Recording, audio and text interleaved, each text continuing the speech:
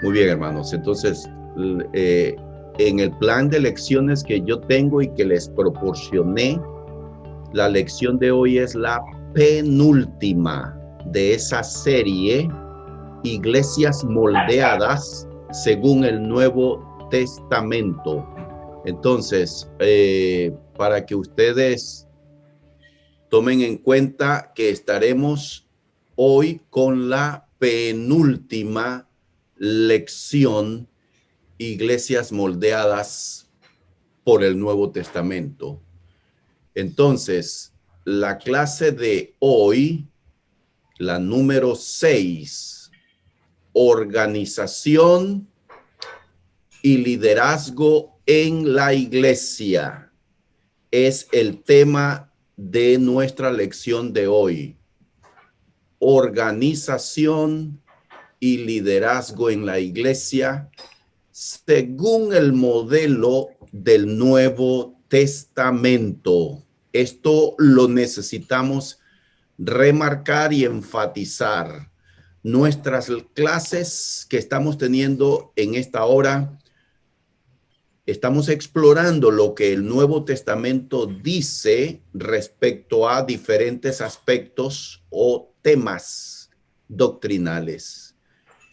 Esta es una parte pequeña de una gran diferencia entre nosotros, abro paréntesis, nosotros, la iglesia de Cristo, cierro paréntesis, y la mayoría de las iglesias. Repito, la manera en que están organizadas las iglesias de Cristo, con ese nombre específico, no general, sino aquellas iglesias que se identifican como iglesias de Cristo, su liderazgo, quienes dirigen, es una pequeña, una gran diferencia entre nosotros y la mayoría de las iglesias. La pregunta que tiene nuestra lección inicial: ¿quién está a cargo aquí? Esta es una pregunta muy importante, hermanos. ¿Quién está a cargo aquí en la iglesia, en la congregación? Respondemos que Dios dio a hombres que reúnen requisitos específicos la responsabilidad de dirigir y supervisar la obra en cada congregación local.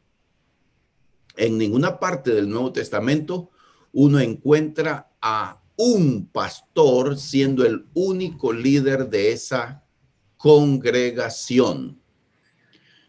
Palabra ancianos, del término griego presbítero, aparece en Hechos 14:23, Tito 1:5 y Santiago 5:14. Más adelante estaremos hablando de estos textos, así que por ahora solamente hago esta introducción de este tema. Entendamos los términos correctamente. Si la Biblia emplea el término ancianos para referirse a los líderes de la iglesia, ¿de dónde procede la palabra pastor? El término pastor aparece en Efesios 4:11. La palabra griega traducida pastores en este pasaje es poimen. Poimen se traduce como pastor. Anciano se traduce de la palabra griega presbítero. Lo que dice Pablo en Efesios 4:11 es: y él mismo constituyó a unos apóstoles, a otros profetas, a otros evangelistas, a otros pastores y maestros. Noten este texto, Efesios 4:11 hace referencia a hombres que presiden en las congregaciones en su respectivo ministerio. Entonces habla de apóstoles. Deseo hacer la aclaración que en las iglesias de Cristo reconocemos como apóstoles únicamente a los apóstoles nombrados por Jesucristo. Segundo, creemos con evidencia escritural bíblica que el apostolado, óigase bien, es un ministerio especial otorgado únicamente a los hombres que Jesucristo escogió. Los apóstoles continúan ejerciendo su ministerio en las iglesias a través de las cartas que ellos dejaron. Ciertamente no todos los apóstoles de Jesucristo escribieron, o al menos no tenemos cartas de todos los apóstoles, sino de algunos. Pero en ese sentido, los apóstoles, en un sentido general, continúan ejerciendo hoy en día su ministerio. Otro punto importante sobre el tema del apostolado, que es doctrina que en las iglesias de Cristo reconocemos, es que no existe sucesión apostólica. Es decir, el único caso de sucesión apostólica es el caso que aparece en Hechos capítulo 1, cuando días antes de el derramamiento del Espíritu Santo, que aparece registrado en Hechos capítulo 2, estaban reunidos los creyentes y Pedro se puso en pie y dijo que era necesario elegir a uno que ocupara el puesto vacante dejado por Judas Iscariote, el cual se había suicidado. Y el apóstol Pedro cita un pasaje profético, una cita bíblica del Antiguo Testamento, para decir que era necesario que otro ocupara el lugar y que fuera nombrado o contado entre los apóstoles. Y allí sugirieron dos nombres, José y otro Matías. Oraron y echaron suerte, y la suerte cayó sobre Matías, y él fue reconocido como apóstol. Es el único caso, y no podemos tomar ese ejemplo como base para decir que nosotros también podemos en alguna reunión de líderes o de ancianos o de la iglesia reunirnos para nombrar apóstoles. No es base ese ejemplo para establecer apóstoles. Sobre el tema este de apostolado, deseo también hacer un señalamiento muy importante. Desde hace un par de años para atrás, para acá, en el mundo evangélico, ya los pastores dejaron de llamarse pastores y se empezaron a llamar reverendos. Pues ya dejaron de llamarse reverendos y ahora se llaman apóstoles. Y ustedes encuentran que en nuestro medio local, en las iglesias evangélicas de Panamá, usted ahora escucha que se refieren a determinados líderes como el apóstol fulano, el apóstol sutano, y ahora ese es el nuevo título que ellos se están dando. Nosotros no compartimos dicha práctica. Creemos que tenemos que tomar con seriedad los términos bíblicos y ajustarnos a lo que la Biblia enseña. Este tema que estoy tocando es muy importante, hermanos, porque tiene que ver con la pregunta: ¿quién dirige aquí? ¿Quién está a cargo? Entonces estoy haciendo la aclaración de salida. De una vez he establecido que no hay evidencia bíblica para decir que en una congregación solo debe haber un pastor y que el pastor es la única máxima autoridad en esa congregación. Vemos pluralidad de líderes en las congregaciones del Nuevo Testamento. Repito, nuestras clases ahora que estamos tomando en este tiempo sobre doctrina bíblica, nos estamos enfatizando, explorando lo que el Nuevo Testamento dice sobre diferentes temas. Y el tema de hoy es el liderazgo en las congregaciones.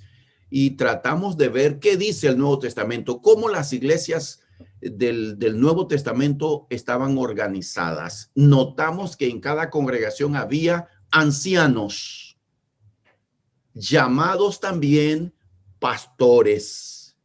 Los textos bíblicos, apréndanse estos textos bíblicos que son base de nuestra doctrina. Hechos 14:23 dice que en su primer viaje misionero, al final dice, y nombraron ancianos en todas las iglesias, Pablo y Bernabé en su viaje misionero. Iglesias que fundaban, iglesias donde dejaban ancianos, en algunas, no en todas, vamos a hablar de ese tema también ahora, no en todas había ancianos a cargo de las iglesias. Había otras que no tenían ancianos. En Tito 1:5, Pablo le dice a Tito que lo dejó en Creta para corregir lo deficiente y que nombrase ancianos en todas las iglesias. Esa fue una labor que recibió, una encomienda que recibe Tito, este evangelista. Él era un evangelista, un predicador o ministro. La palabra ministro significa servidor, no es un título exótico ni nada por el estilo. Es una palabra que describe la función. Y en Santiago 5:14 dice, ¿está alguno enfermo? Llame a los ancianos para que lo unjan con aceite y oren por él. Entonces Santiago habla de ancianos en la iglesia a quienes se puede llamar para que oren por el enfermo. Entonces, es importante que yo les haga todas estas aclaraciones. Voy a detenerme aquí para dar oportunidad a que ustedes expresen, uno, alguna pregunta, o dos, si tienen algún comentario. Quiero una retroalimentación y que no sea esto un monólogo. Adelante, puede hablar el que desee, por turno.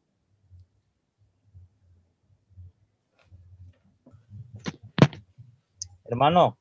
Sí, adelante. Quiero opinar algo en cuanto al apostolado. Que usted decía que hoy en día no está en nuestras manos nombrar apóstoles. Así es. Así es. Entonces, y que lo hicieron los apóstoles para ocupar el lugar de Judas, para ocupar el lugar de Judas.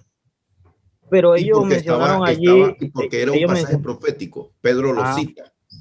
Pero ellos mencionaron allí algo del que tenía que cumplir la persona que iba a ocupar el lugar de Judas.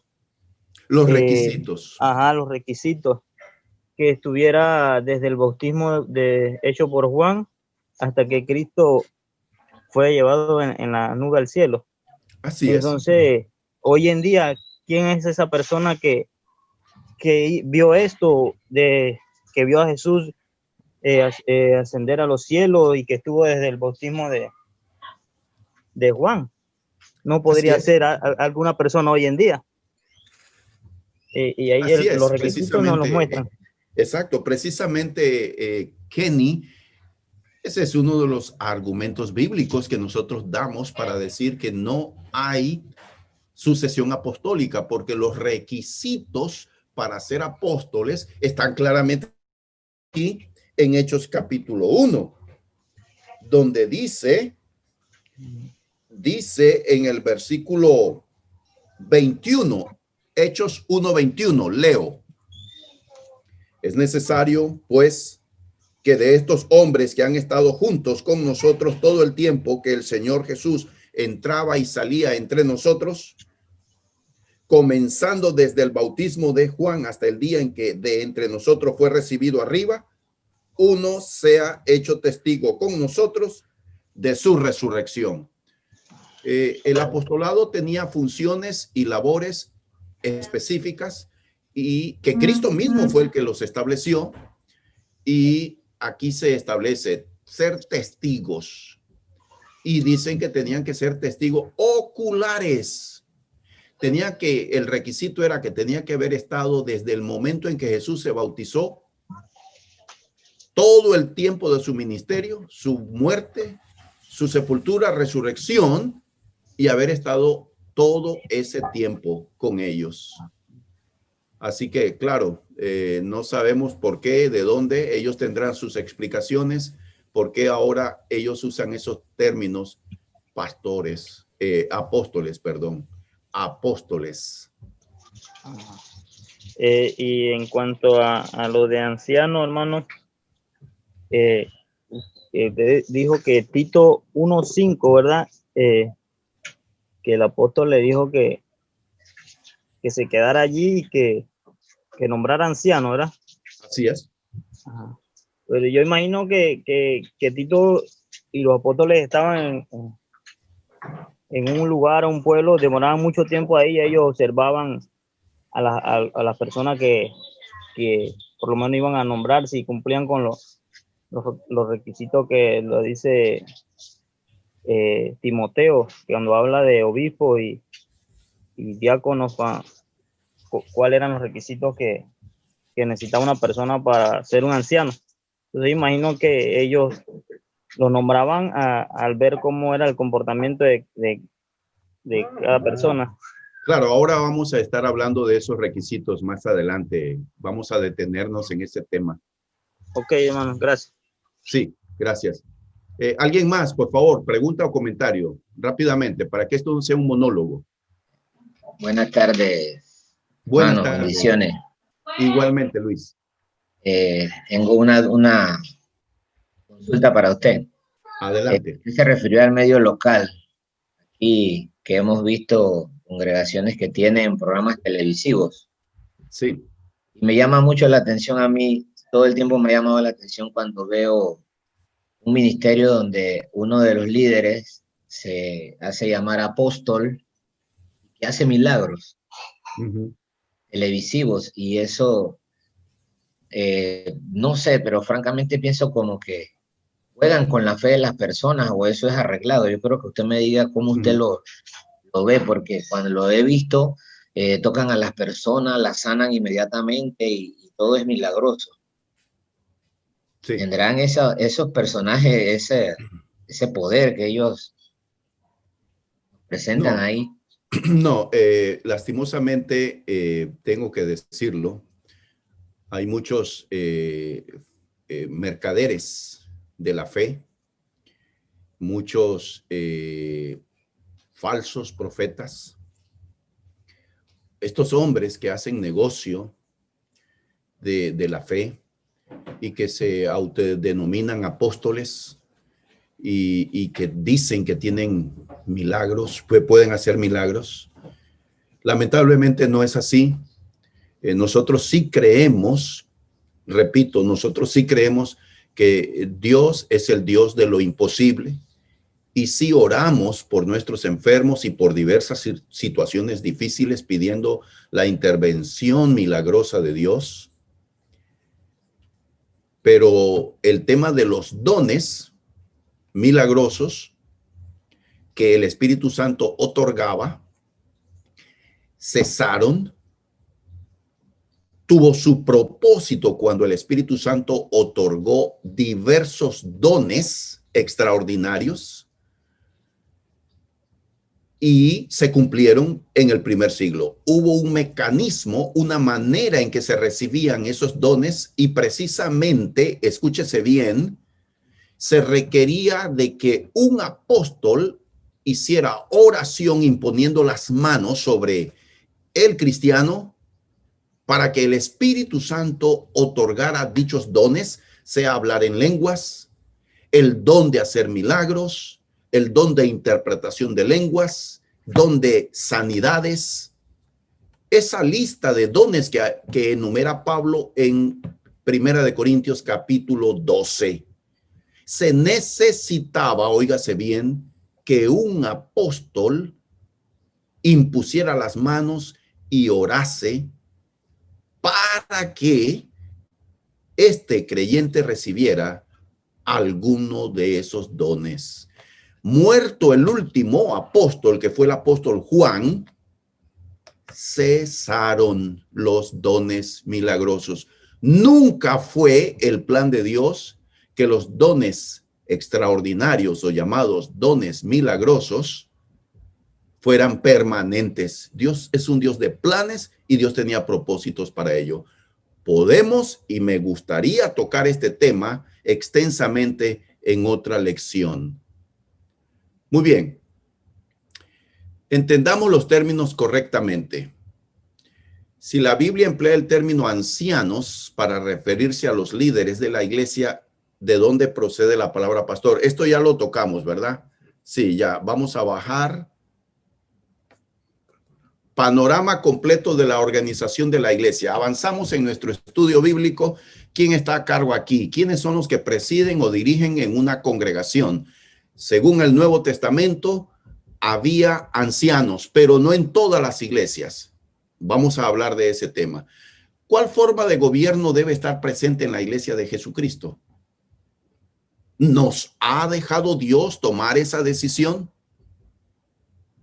¿Nos ha dejado Dios la autoridad para implementar la forma de gobierno que consideremos más efectiva y eficiente? ¿Ha tomado Dios esa decisión él mismo? Miren, no son preguntas retóricas ni para llenar un espacio estas que acabo de hacer. Son preguntas válidas. La manera en que nuestra congregación se organiza y se dirige, los que presiden y dirigen la obra, debe haber un modelo, reglas bíblicas para seguir, o ha dejado Dios a nuestra libre albedrío la decisión de qué forma de gobierno vamos a escoger para nuestra congregación. Esa es la pregunta. ¿Qué clase de organización y liderazgo ha revelado Dios en el Nuevo Testamento? Es una pregunta válida, seria de todo estudiante de la Biblia. Es muy importante este tema que estamos tocando hoy, hermanos. Es muy importante el tema del liderazgo en la iglesia. Echemos un breve vistazo a 3 tipos básicos de gobierno eclesial, es decir, de iglesia, que encontramos en las iglesias más grandes del mundo. En el mundo hoy, en el mundo cristiano en general, óigase bien, escuchen bien esto, tienen una de estas 3 formas las iglesias. Forma de gobierno episcopal, forma de gobierno presbiteriano y forma de gobierno congregacional. Voy a explicarles uno por una estas formas de gobierno en una congregación. El sistema de gobierno episcopal, lo explico. En un sistema episcopal, un ministro o sacerdote tiene autoridad sobre su congregación, pero esa congregación no es independiente o autogobernada. La autoridad sobre esa congregación reside sobre alguien que no es miembro de esa congregación. Esa persona es llamada obispo. Los obispos gobiernan sobre un grupo de iglesias llamadas diócesis. Algunas denominaciones con el sistema episcopal, es decir, algunas iglesias que tienen este sistema de gobierno episcopal, tienen un nivel más alto de autoridad. El que está por encima de el obispo se llama arzobispo. Él gobierna los obispos.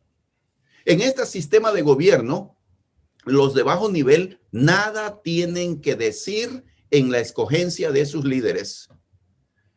Las iglesias que usan este sistema de gobierno son Iglesia Católica, la Iglesia Anglicana o Episcopal, iglesias ortodoxas ya sea la iglesia ortodoxa griega, la iglesia ortodoxa rusa y quizás otras. La iglesia luterana y la iglesia metodista emplean este sistema de gobierno. ¿Lo captaron, hermanos?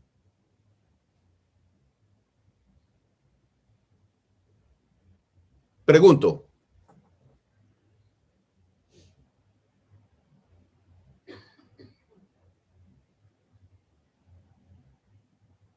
Hola, ¿están ahí?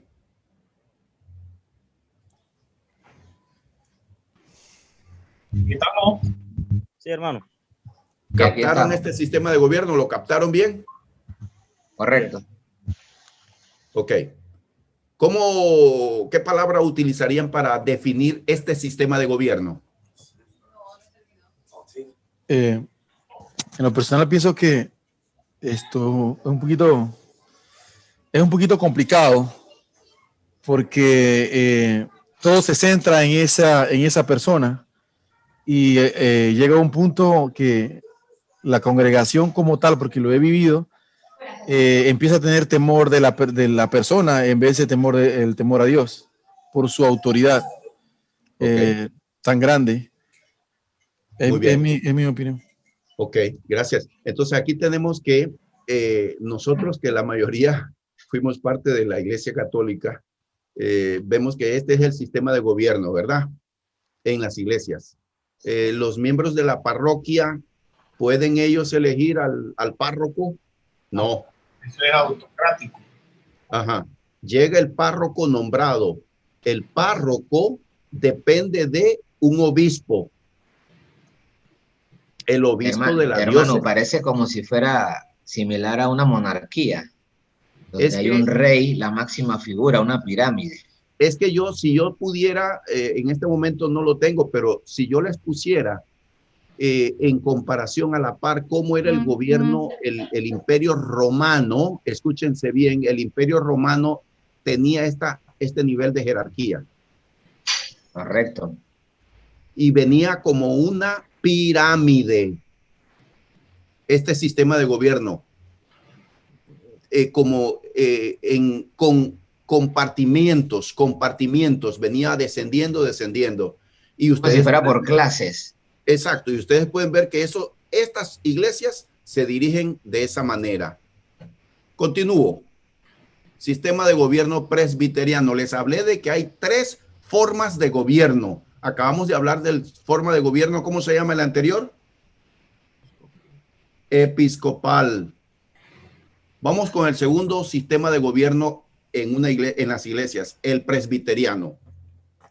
Lo común bajo el gobierno presbiteriano es que cada congregación es gobernada por un grupo de ancianos, los cuales son escogidos por los miembros de la iglesia. Pero, al igual que el sistema de gobierno episcopal, las congregaciones bajo un gobierno presbiteriano tienen por encima un nivel más alto de autoridad que las gobierna. En el sistema de gobierno presbiteriano, un grupo de congregaciones de una geografía particular escogen representantes para formar un cuerpo regional llamado presbiterio. Ese presbiterio entonces gobierna todas las congregaciones de su región. Entre otras funciones, ese cuerpo regional instala ministros en todas las iglesias bajo su cuidado, disciplina ministros y congregaciones, organiza y disuelve congregaciones, y usualmente las propiedades de cada iglesia de su región están bajo el nombre de ese cuerpo regional. Miren, otro término muy común y que cuando usted encuentra a un amigo evangélico, llámese Asambleas de Dios, llámese Iglesia Cuadrangular, cualquiera de estos movimientos evangélicos cristianos, y usted le dice, yo soy cristiano, entonces le pregunta, oiga bien esta pregunta que le hacen, ¿y a cuál concilio pertenece tu iglesia? A lo mejor a ustedes no les han hecho esa pregunta, pero a mí me la han hecho varias veces. A mí me preguntan ¿en qué denominación? Ok. Entonces, miren, es muy común en el sistema de gobierno presbiteriano que haya un presbiterio.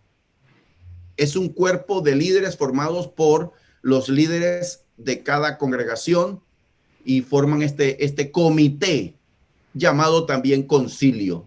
Ellos son los que mandan sobre todas las iglesias. El concilio toma decisiones sobre las iglesias. La mayoría de las denominaciones que tienen este sistema de gobierno también tienen 1 o 2 niveles de autoridad sobre el presbiterio. Algunas veces estos niveles superiores de jerarquía son llamados sínodos y asamblea general. Estos niveles superiores de jerarquía supervisan las organizaciones de la iglesia a nivel nacional, proponen cambios doctrinales, miren esto, los cuales después deben ser ratificados por los presbiterios y funcionan como cortes de apelación sobre decisiones hechas a niveles inferiores. Las iglesias que se autodenominan reformadas tienen este sistema de gobierno. Las iglesias evangélicas, tales como Asambleas de Dios, Iglesia Cuadrangular y otras, tienen este sistema de gobierno, así como también las iglesias bautistas. Un estudio de 1999 encontró que hay 746 denominaciones reformadas en todo el mundo que usan este sistema de gobierno. No iglesias, sino grupos, conglomerados de iglesias que usan este sistema de gobierno. Vamos con el tercer sistema de gobierno. Acabamos de hablar del presbiteriano. Hablemos del sistema de gobierno congregacional. Bajo este sistema de organización y gobierno eclesial no existe una autoridad sobre la congregación local. La palabra que se emplea es autonomía congregacional, lo que simplemente significa gobernada por sí misma. Nosotros estamos comprometidos con el sistema congregacional. La Iglesia de Cristo, el grupo que se llama a sí mismo Iglesias de Cristo, abrazamos este sistema de gobierno. No porque nos reunimos y analizamos los otros sistemas y concluimos que este funciona mejor, no. Abrazamos el sistema de gobierno congregacional porque ese es el modelo encontrado en el Nuevo Testamento. Pregunto, ¿cuál es el sistema de gobierno que tenemos nosotros en nuestra congregación? ¿Cómo lo explicarías tú, hermano? Congregacional. ¿Qué significa qué quieres decir con eso, hermano? Es autónoma la iglesia. Ajá, explícame, porque yo formo parte del movimiento que no tiene ese sistema de gobierno. Quiero entenderlo. Nos copiamos el modelo que está en el libro de los Hechos. Ajá. Nuevo Testamento. Ajá. La iglesia es autónoma en sí sola, por sí sola, se gobierna. Si no tienes un concilio. No existe tal en la Biblia. Ok. Entonces, miren, nuestra congregación, nosotros, por ejemplo, tenemos cultos intercongregacionales. Ayer fue la actividad de damas a nivel nacional. Pero nuestra forma de gobierno es simple, es sencilla esta manera de gobernarnos. Cada congregación se manda a sí misma. No tenemos un superintendente, no hay un concilio o una sede central, que digamos la sede central de las iglesias de Cristo de Panamá están en tal lugar. Ahí está el concilio, ahí se reúne la asamblea y ahí toman. No existe tal cosa, ni en Panamá ni en otra parte del mundo. Nosotros simplemente cada congregación decide. Estamos unidos en la doctrina, pero cada congregación toma sus propias decisiones. Su ofrenda es la ofrenda local, administrada localmente. Nadie Nadie de afuera dice qué debemos hacer. Nadie de afuera dice quién debe dirigir la congregación, ni qué programas debemos hacer, ni qué doctrinas debemos seguir. Es cada congregación decide. Así Ya, es como nosotros. total independencia. Absoluta independencia. Gonzalo, yo te soy bien honesto. En esa parte, a mí, bueno, a mí sí me preocupa un poquito, ¿no? Okay. La parte de que cada congregación. ¿Qué le preocupa? Por ejemplo, de que, o yo no sé si entendí mal, que cada congregación, por ejemplo, cada grupo de la iglesia tradicional de Cristo, ¿no? Sea independiente. Porque, por ejemplo, si hay una reunión, tenemos una reunión, todos llamamos hermanos a todos los hermanos, ¿ok? Pero si las convicciones de ese hermano no son igual que las mías, aunque no es mi parte ni juzgar, ni criticar, ni ver si su vida espiritual es buena o no, puede de una u otra forma, pues afectar a mi congregación. Porque primero, pues tenemos que hacer una carta de presentación. Pero si las convicciones de la iglesia tradicional en el Valle no son las mismas que las mías, y de repente estamos conversando pensando que somos hermanos en la fe y son diferentes, es lo que, pues, como te digo honestamente, pues me preocupa un poco, porque yo considero que, ok, a pesar de que es una forma de liderizar congregacional, todos debemos estar acordes si tenemos el mismo nombre de iglesia tradicional de Cristo. Ok. Es mi pensar, pues, no solo. Ok, gracias. No, es muy importante que cada uno de ustedes exprese sus inquietudes o sus convicciones. La doctrina es la misma. En doctrina somos iguales. Nos regimos por los mismos objetivos, los mismos que dice la Biblia, como está en el libro de los Hechos. Lo que nos hace independiente, digamos, es la forma como nos administramos nosotros mismos. ¿Me equivoco, Gonzalo? Sí, exacto, sí, estás en lo correcto, Gerardo. Miren, primero quiero aprovechar este momento, Mario, porque ya he escuchado varias veces que lo has mencionado, al referirte a nuestra congregación o a la afiliación, a nuestra afiliación religiosa como Iglesia de Cristo tradicional. Ese adjetivo no lo empleamos nosotros. Cuando hablamos de nosotros, la afiliación religiosa, simplemente decimos Iglesia de Cristo. No empleamos el adjetivo tradicional, Iglesias de Cristo tradicional, sino que simplemente nos llamamos y nos identificamos y queremos que se nos reconozca con ese nombre nada más, Iglesias de Cristo.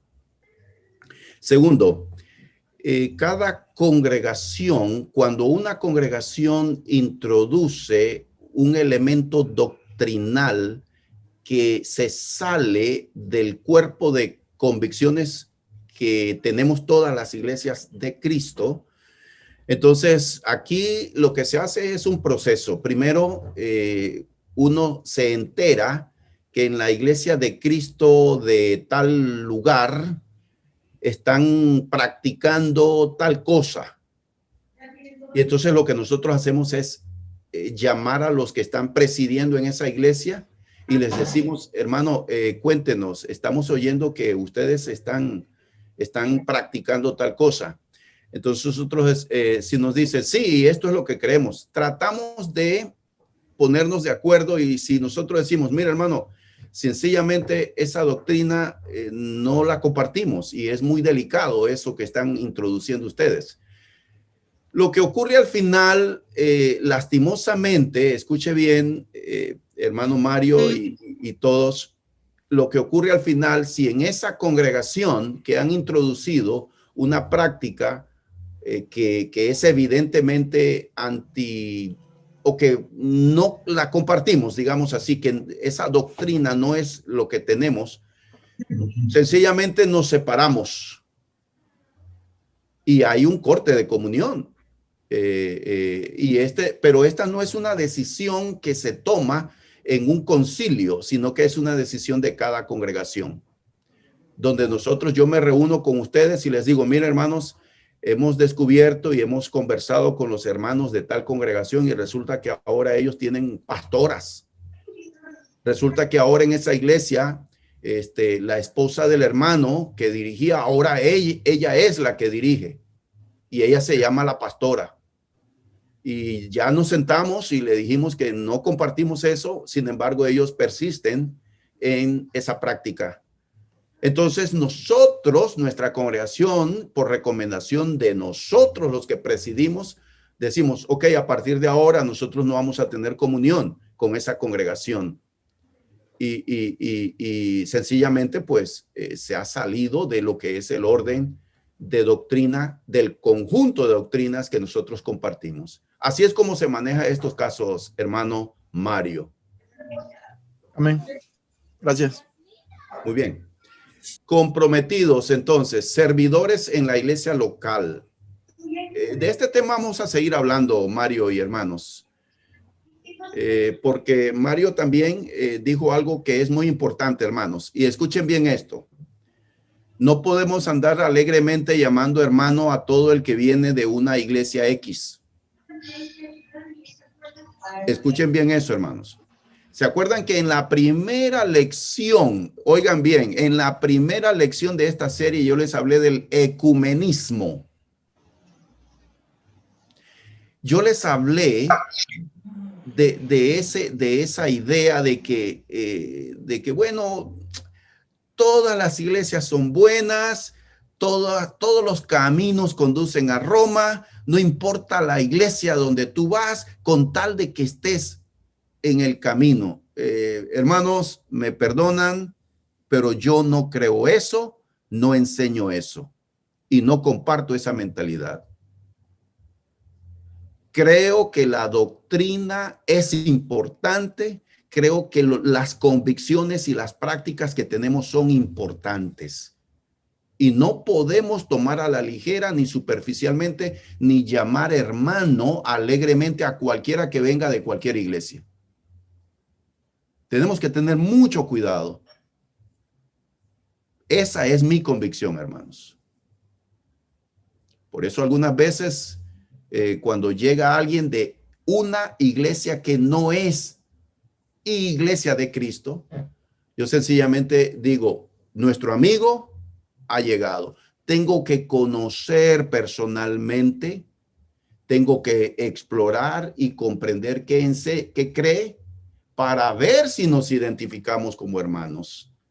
Eso es lo que yo quisiera que ustedes tengan bien en claro, hermanos. Muy bien. Servidores en la iglesia local.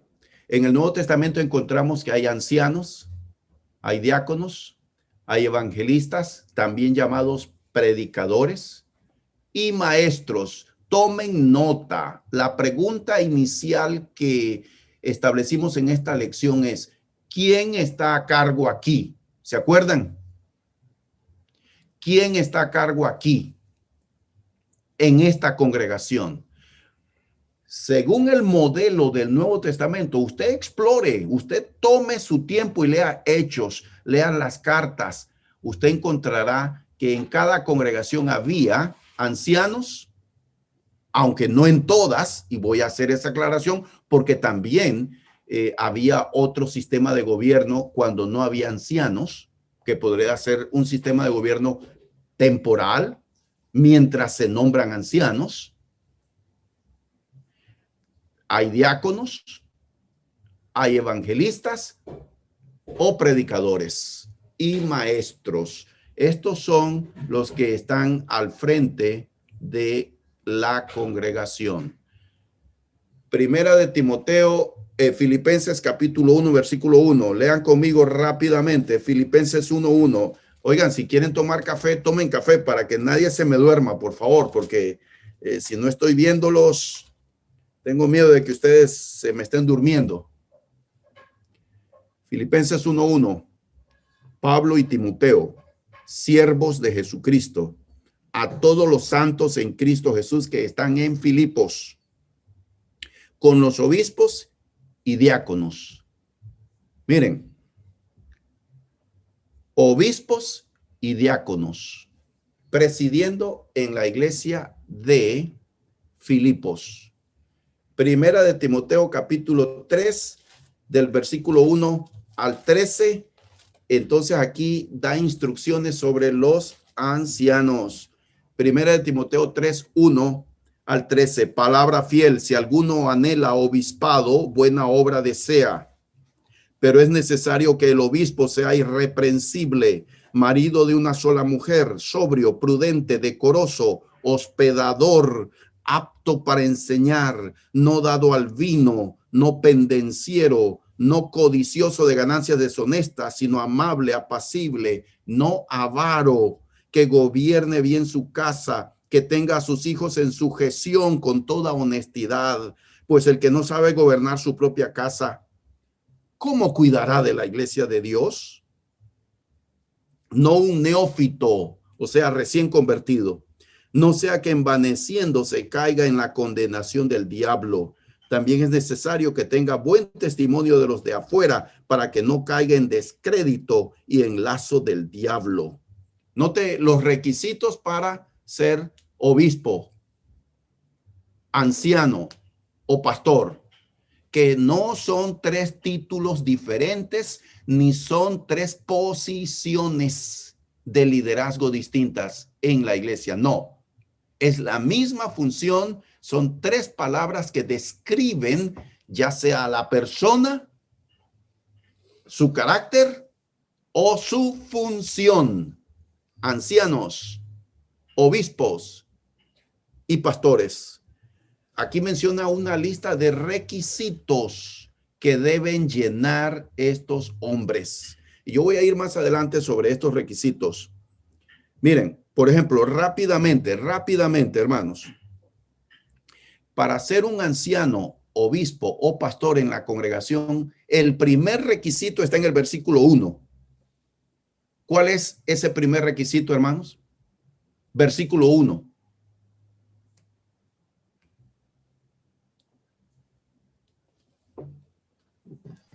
Usted habla del de Timoteo. Para ser obispo en una congregación, Pablo aquí en Primera de Timoteo, capítulo 3, ya leí desde el 1 al 7, menciona los requisitos de estos hombres. El primer requisito está en el versículo 1. ¿Cuál es? Irreprensible, ¿no? No, versículo 1. El 1. Desearlo. Así es. Y no debe ser pasado por alto ese requisito, hermanos. Cuando estudiemos estos requisitos, no pasemos por alto esto que Pablo dice. Debe anhelarlo. Es decir, usted entiende la labor, la importancia que tiene servir en la iglesia en la posición de anciano de la iglesia, de su congregación, de pastor de su congregación. Lo primero que tiene que haber es un deseo, un anhelo. ¿Saben por qué? Porque cuando uno anhela y desea, se va a preparar y va a prestar atención a su vida y no va a ser un desastre de su vida. Lamentablemente, hermanos pasan años y años y años en la iglesia esperando que lleguen a calificar para ser ancianos. Pero como nunca se propusieron, lastimosamente no pueden calificar. El primer requisito es desear, anhelar. Y luego entonces habla de los otros requisitos. Versículo 2.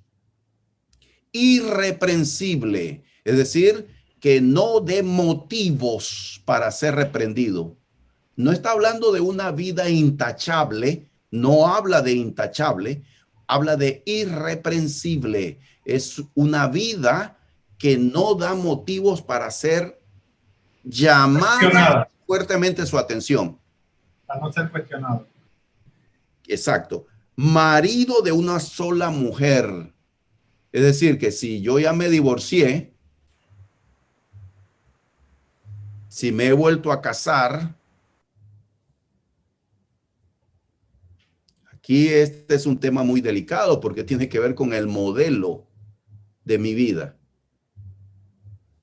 Y los ancianos, y yo quiero hacer énfasis en este punto, hermanos, escuchen bien esto, porque esto es algo que yo lo creo de todo corazón. Quienes presiden en la iglesia de Cristo, sus vidas tienen que tener un alto estándar en su conducta pública y privada. No podemos minimizar los requisitos de los varones que están parándose al frente. El que se pone en el púlpito a dar un mensaje, a presidir en la iglesia, a servir en alguna capacidad dentro de la congregación, tienen que ser personas que tengan un alto estándar en su conducta. No podemos estar poniendo a cualquier persona, hermanos. Irreprensible, marido de una sola mujer, sobrio, es decir, una persona de un carácter balanceado, no un alocado, no alguien que anda desordenadamente en su vida, sobrio, de carácter balanceado. Entonces luego habla de prudente, toma decisiones concienzudas, las piensa, las analiza, es prudente, decoroso, es decir, su propia vida, no anda desaliñado, es una persona bien centrada, hospedador, apto para enseñar. Fíjense, es interesante que este requisito de hospedador no lo puede llenar si su esposa no es hospitalaria también y no lo acompaña. Hay algunas cosas aquí que los varones, porque también debemos de saber esto, en la iglesia de Cristo, en la organización que nosotros nos llamamos Iglesia de Cristo, la esposa del predicador no es la pastora de la iglesia. La esposa del anciano de la iglesia no es la anciana de la iglesia. En el mundo evangélico, ellos sacaron esa práctica y esa doctrina, donde la esposa del pastor es la pastora. Eso no tiene base bíblica, hermanos, no tiene fundamento en la Biblia. En el Nuevo Testamento, las iglesias, el varón era nombrado para la posición y no la esposa, juntamente. Pero por supuesto que la esposa tiene que apoyar al varón en la posición. Un hombre de una congregación que aspire a ser anciano, si no tiene una esposa que lo apoye en su vida, hermano, es muy difícil que llegue a ser anciano. Le va a hacer la tarea muy, muy difícil si su esposa no lo apoya. Luego entonces dice aquí en el versículo 3, estamos en el versículo 2, decoroso, hospedador, apto para enseñar. Es decir, el hermano tiene que tener la habilidad, el conocimiento, la capacidad para ser maestro en la iglesia. No puede haber un anciano nombrado como anciano en la iglesia si no tiene la capacidad didáctica. Tiene que tener el conocimiento de la doctrina y saber enseñar. No estoy hablando de que sea un excelente maestro, un gran orador. No, todo es relativo. Estamos hablando de alguien que sabe expresar con sencillez en su debido nivel, porque todos no podemos hablar de la misma manera y expresarnos en público de la misma manera.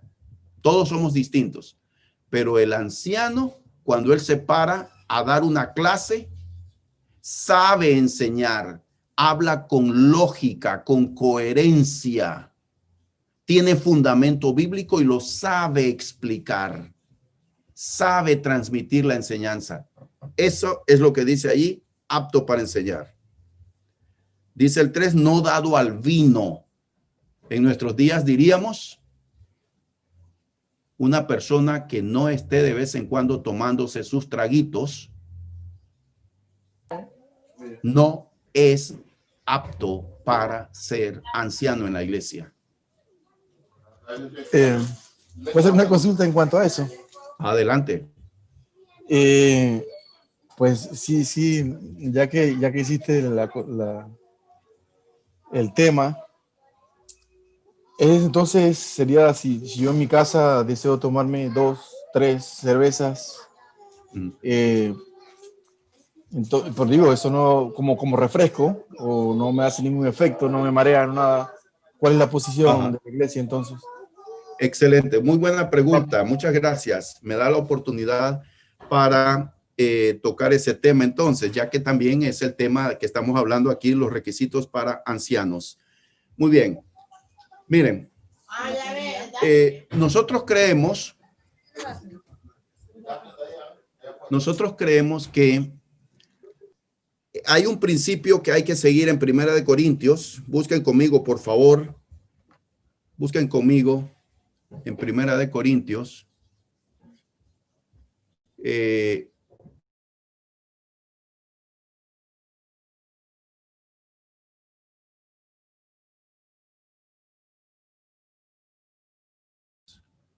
Muy bien. Déjeme encontrar el texto bíblico. Primera de Corintios 10:23. Primera de Corintios 10:23. Todo me es lícito, pero no todo conviene. Todo me es lícito, pero no todo edifica. Miren, la Biblia no es un manual de conducta. Escuchen, repito, la Biblia no es un manual de conducta. Cuando una persona, digamos Luis Paz, se convirtió, fue entregado a Cristo, su vida la rindió y fue bautizado, no le entregamos un librito que dice, aquí está tu manual de conducta de la iglesia. No lo tenemos, sencillamente. Decimos que la Biblia es nuestro manual. El Nuevo Testamento es la base de nuestra doctrina. Y hay cosas en que la Biblia no toca. La Biblia no menciona. La cerveza es algo que se tomaba desde el viejo Egipto. Los egipcios tomaban cervezas. Ciertamente que en Panamá es y sigue siendo desde décadas el país en Centroamérica donde más cerveza se consume. Tomar una cerveza, yo diría que no es pecado. Sin embargo, escuchen bien esto, es mi convicción profunda que no voy a tomar ni una sola cerveza. Porque no todo conviene. No todo conviene. La cerveza está ligada, la cerveza está unida aquí en Panamá, no como una bebida de Coca-Cola o una chicha, sino como licor, con la borrachera. Y por lo tanto, lo aconsejable, escúchese bien, es que usted y yo nos abstengamos. Eso es lo mismo con el tema de el baile, por ejemplo. Miren, ¿es pecado el baile? Bueno, depende. Depende. Y quiero aclarar, nunca voy a ningún baile, no voy ni practico ni sé bailar. Ni aconsejo tampoco a que uno vaya. ¿Por qué? Porque lo que está ligado, asociado a esa práctica no es bueno, no edifica. Y sabemos nosotros que hay bailes y bailes. Hay un baile que es sensual, su objetivo es atraer al sexo opuesto y está ligado a todo este tipo de prácticas. Entonces, el consejo claro, no ambivalente, no ambiguo. Yo no estoy hablando ambigüedades aquí. Quiero ser claro, llano y preciso. No es aconsejable tomar cerveza. No lo es. No todo edifica, no todo conviene. Si usted quiere ser uno de los ancianos de la Iglesia de Cristo, usted debería considerar este tema. Imagínese usted, llegan los hermanos a la casa del anciano y le dice, hermano, voy a sacar una botella de agua, y abre la refri y ve un par de cervezas. Piense usted, ¿qué es lo que van a decir los hermanos? Seguramente que el hermano no practica la borrachera. Seguramente que la cerveza la va a usar para tomarse una comida. Pero hermanos, no todo conviene. Hay cosas que en sí mismas no son pecado, pero están asociadas a cosas que pueden ser perjudiciales.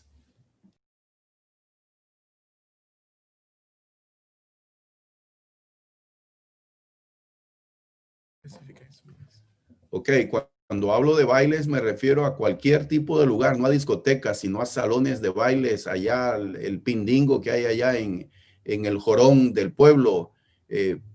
Yo creo que los cristianos nos abstenemos de ir a esos lugares. Hay que tener mucho cuidado, especialmente, hermano, especialmente si usted quiere llegar a ser uno de los ancianos de la iglesia. ¿Comentarios o preguntas? Abro el espacio.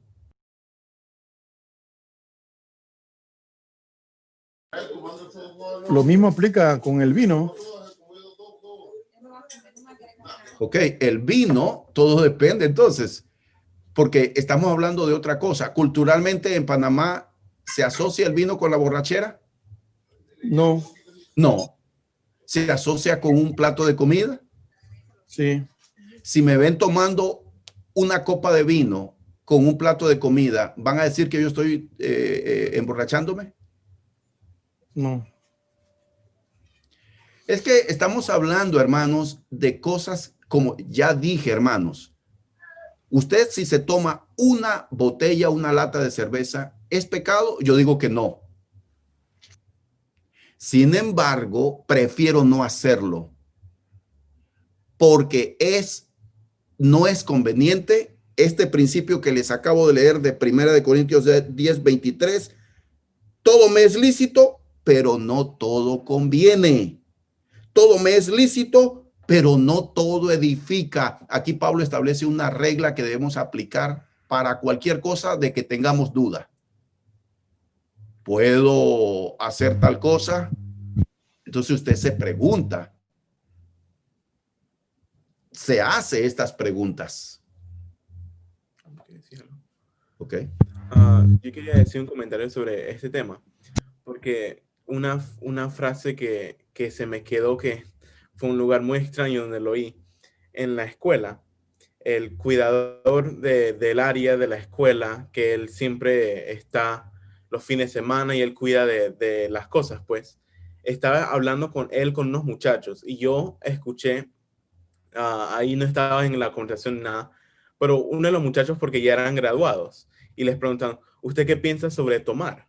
Y en la iglesia, pues. Y él respondió una frase que se me quedó. Él dijo, el pecado no es tomar, el pecado es tomar con el propósito de emborracharse. Okay.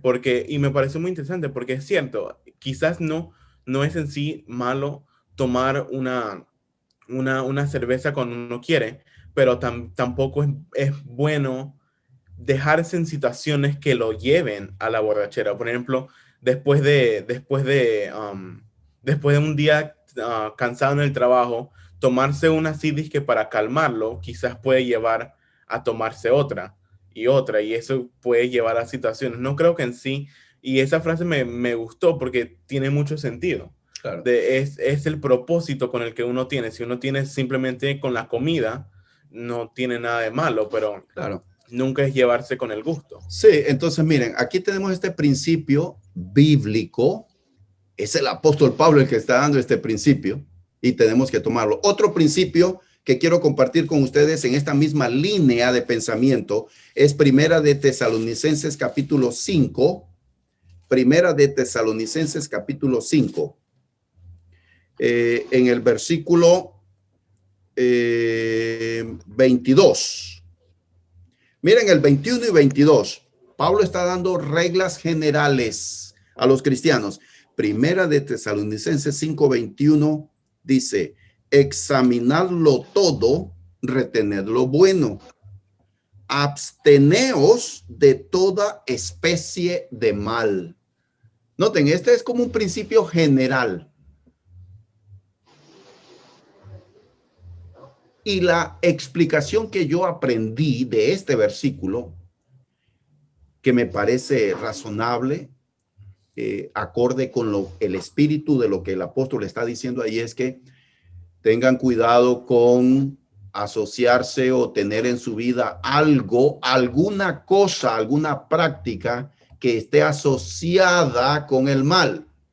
Por ejemplo, ponerme un tatuaje. ¿Es pecado? Bueno, en el Antiguo Testamento, en el Nuevo Testamento no hay referencia a los tatuajes. En el Antiguo Testamento sí.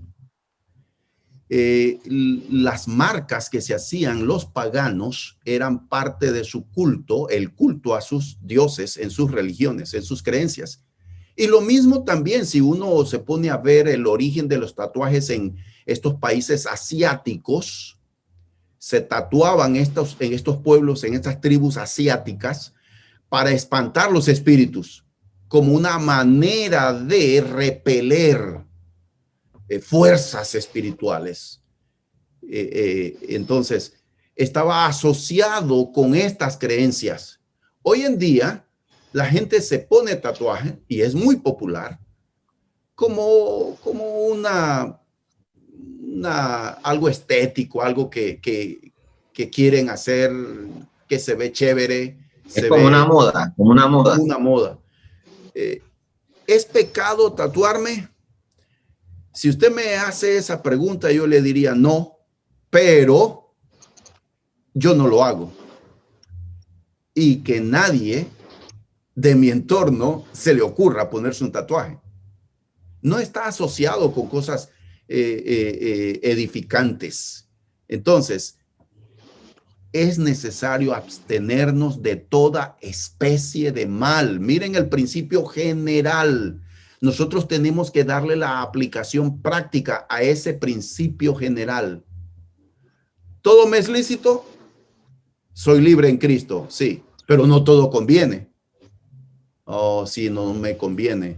Me pueden asociar o identificar con personas que no están bien delante de Dios. Son prácticas muy comunes en ese mundo. Mejor no. No todo edifica. Entonces, son reglas que usamos, hermanos, para esto. Es muy interesante nuestra clase de hoy. Mi cuerpo es templo del Espíritu Santo, Wilmer. Amén, así es. Así es. Entonces, no es algo que debemos de hacer. Sí, adelante, Kenny. Por decirlo así, si uno está en una fiesta de cumpleaños de algún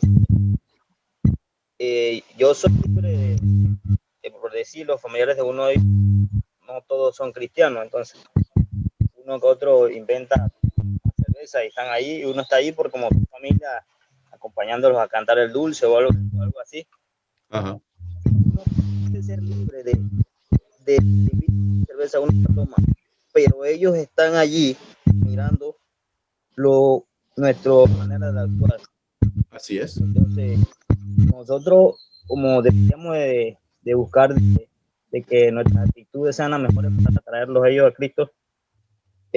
Muchos de ellos irán entonces a mirarnos mal y a decir que mira al cristiano o mira a esta persona. Entonces, por eso dice en 1 Corintios, lo que usted leyó, que uno es libre de hacer lo que uno quiera, pero no todo lo le conviene a uno. Así es. Así, aquí, Sí. en Dios habla hoy, dice, la versión que Dios habla hoy, se dice, uno es libre de hacer lo que quiera. Es sí, pero no todo conviene. Si uno es libre de hacer lo que quiera, pero no todo edifica la comunidad. Así es, así es. Entonces hay que tener mucho cuidado, mucho cuidado. Hermanos, ¿cómo se sienten? Yo quisiera detener la clase para continuar esta clase aquí donde la dejamos el próximo domingo. ¿Qué opinan? Magnífico. ¿Sí? Sí, me parece. Bien. Buena la clase, hermano. Entonces, Edificante. entonces vamos a continuar Dios mediante el próximo domingo. ¿Les parece, hermanos? Esta clase Amén. no la vamos a poder terminar hoy porque no quiero ir a la carrera, quiero ir con calma y me parece que es muy importante lo que estamos tocando.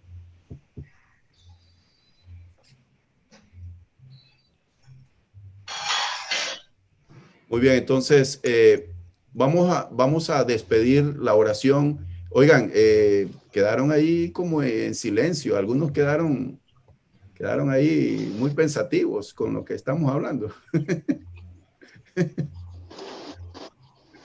Hermano, eso es como una cuestión de moral, ¿Ok? porque si lo haces, como dijo el hermano, y eres cristiano después, ¿cómo tú vas a decirle al otro que está haciendo algo equivocado? Así es. Él no Sí, te va a mirar bien, así obviamente. es. Sí, miren, cuando nos invitan amigos mundanos y nosotros vamos, porque es que, hermanos, Jesús fue invitado a comer en casas de pecadores y los religiosos, entre comillas, lo criticaron, ¿verdad? Mira, ese entró a casa de si supiera quién es, pero Jesús no se abstuvo. Sin embargo, él no compartió todas las cosas. Entonces, nosotros los cristianos somos invitados por nuestros amigos mundanos y vamos. Pero oigan, recuerden, somos cristianos. Estamos allí con ellos compartiendo, pero nosotros no nos reímos con las vulgaridades que dicen, nos quedamos en silencio. Esa es una manera en que ellos ven, hey, ellos están chisteando y diciendo vulgaridades. Nosotros, algunas veces, cuando están entre hombres, empiezan a hablar de algunos temas del sexo femenino y uno no, yo no creo eso, yo me abstengo. Entonces, estamos allí. Si nosotros no vamos a una actividad donde nos invitan los amigos mundanos, ¿cómo van a saber ellos cómo es la vida de un cristiano? ¿Cómo vamos a hacer la luz del mundo si decimos no vayamos? Hermanos, vivir en un monasterio, vivir en un convento, aislarnos, no es una práctica bíblica, no es un mandamiento. Vivimos en el mundo, pero no somos del mundo, recuerden eso. Nosotros vamos, nos invitan y estamos allí, pero mostrando siempre la actitud de un cristiano. Cuando yo recién empecé, en realidad, pues, en mi familia siempre se toma cerveza. Y yo, soy bien honesto, yo incluso compartía con ellos. Eso siempre lo he visto normal. Y una de las cosas que pasaba siempre en el tema cuando yo empecé a dejarlo era, bueno, ¿y por qué lo dejaste si Jesús convirtió el agua en vino? Y entonces, y el vino, con eso está autorizando a que pues tomen, ¿verdad? A que las personas que no tienen control se emborrachen. Sí. O sea, si él permitió que el agua fuera en vino, la gente puede tomar todo lo que quieran. Y en realidad sí, al principio fue bastante como difícil decirle, bueno, no es que no me gusta, yo la tomo, a mí me gusta. A mí en lo personal, te hice la pregunta esa, porque yo en mi casa soy uno, y se los confieso al frente de ustedes, yo los fines de semana cuando estoy pintando mi casa o algo así, voy y me compro tres Tus pintas. y me las tomo ahí en la casa. la niña sí a veces me ha preguntado, papi, pero eso no es malo. Digo, no, yo le digo, sí, es como un refresco. Y se me ha hecho un poquito difícil, sí. Y entiendo el punto de la moral, ¿no? Como yo le voy a explicar a la niña que eso a lo mejor, si no tengo control de eso, es malo. Pero yo en mi casa me la tomo, yo le echaba un hielo. Y por eso te hice la pregunta, porque Claro. a mí me gusta. Muchas no gracias. Es No, muchas más, gracias. Pero bueno. Excelente pregunta. Hermanos, el consejo bíblico, aplique el consejo bíblico. Otro principio que Pablo enseña es un poco de levadura leuda toda la masa. Así dice Pablo, es otro principio bíblico. Entonces, debemos tener ese cuidado. Está asociado con pecado, mejor me abstengo. No es pecado, la pregunta, recuerden, ¿es pecado que me tome una cerveza? No, no lo es. Pero yo prefiero no hacerlo porque está asociada y relacionada con la borrachera. Prefiero no hacerlo. Y me abstengo de esa práctica. Muy bien. Entonces vamos a...